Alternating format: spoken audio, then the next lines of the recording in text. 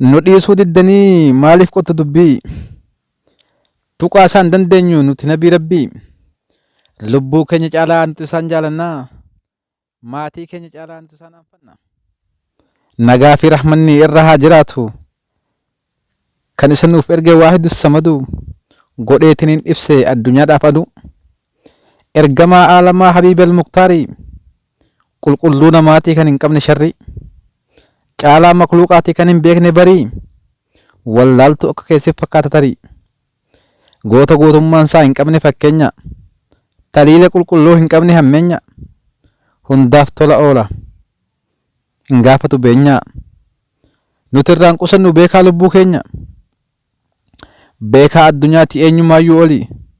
Seenaa isaa qoradhu yoo hin beekne bari. Hin aaru hin dallanu obsa qabaataadha. Hir'uu namaa seetaa hundaan guutamaadha. Jibba namaan qabu hunda hammataadha. Kan duubatti hin jenne lolus murataadha. Akkaan bareedaadha urjii biyya lafaa. Boodarra ergamee kan ta'e hangafa. Daandii nuti hordofnu daandii nabii qofa. Muka dhadhaa dibnee dhakatti hin amannu. Harkumaan tolchinee nuti ittiin sagannu. Kan kee tuquuf miti an kan koo himaara. Rabbii tokko qofa gabbarra onnerra. Waan feetetti amani. Kan kee anan dhibu. Waa'ee koon dubbatiin kana kan na gubu. Islaamummaa jechuun waan laaftuudhaa miti. Nuuf islaamummaan waan hundumaa caalti. Tuttuqaa amantaa hin feenu tasuma. Wal kabajuun hafnaan hin feenu tokkummaa. Amantii koo jeeqaa tokkummaa faarsitaa. Afaan gurraan geettee nabii arrabsita. Nabiin koon tuqamee kan maali tokkummaan qilettee haa ta'u fedhu bilisummaan. Nuti hundumaa beekna. Hammachuuf hammaachuu. Nagaan wal kabajnee wal faana jiraachuu. Oromummaa keenya rabbitu nuuf kenne. Islaamummaa keenya dhalootaan arganne. Rabbiin nu badhaase eenyu nurraan mulqu. Hin ayyamnu hunduu akka ormi tuqu. Seenaa haqaa malee hin qabnu seenaa raqaa. Yoom beekne baradhaa qoradhaa mee dhaqaa. Quraanatti buuti ballaan dhale. Wallaala wal fuudhee ilma walirraa hore. Biyya lafaa kanaaf quraanni jireenya. Osoo quraanni hin jirre yoona eessa geenya. Quraana qara'ii dubbisii baradhu. Maalummaa quraanaa sana booda dubbadhu. Wallaala siqaa isaa kana hunda tarii.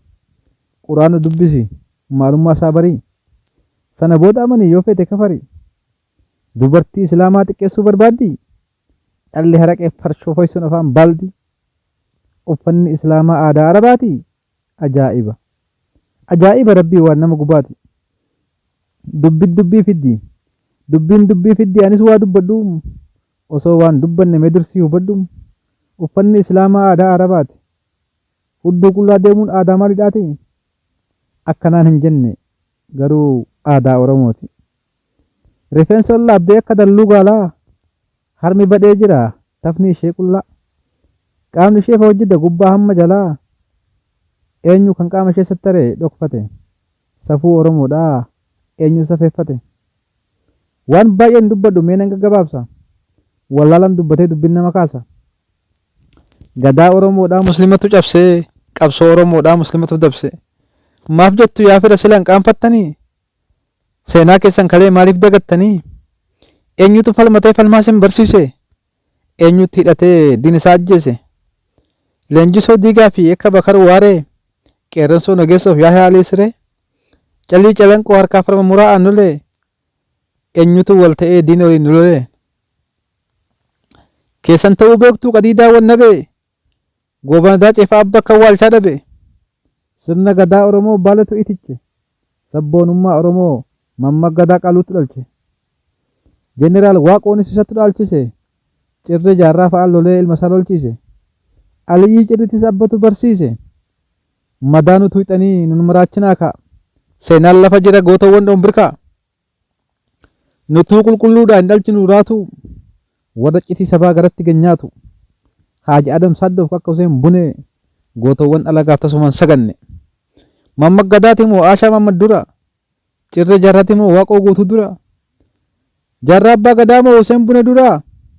Aliyyii cirrii moo ilmoo qilxuu dura? Ismi abbaa Ooshaa moo hundee taqii dura? Yoon jalqabdan dhukaa sanaaf himaa yaa fira. Qabsoo Oromoodhaa Musliima biqilche. Seenaa Oromoodhaa Musliima itiche. Qubee afaan Oromoo eenyutu barreesse? Alaabaa Oromoo eenyutu qopheesse? Afaan Oromootiin eenyutu dursa sirbe? Aadaaf afaan keenya nu himoo isintu turbe. Waan hunda lagachaa nafxanyatti hin galle. Lafaaf namni keessan kiristinnaan kaane. Alaabaan lummuxiin charchii keessan jiru. Beekaa usne malee wanti hin beeknan jiru. Oromoo qulqulluu nuti hin qabnu makaa. Haadhaaf abbaan keenya siddi isaanii takka. Dhumaatii goototaa kan gaafa shinnigaa osoo isin taate tasuma hin jettan nuti waliif dhiigaa. Gattaniitti galtu hojiin keessan ragaa. Ofiifuu nu ajjeestu harkatu isin beeka.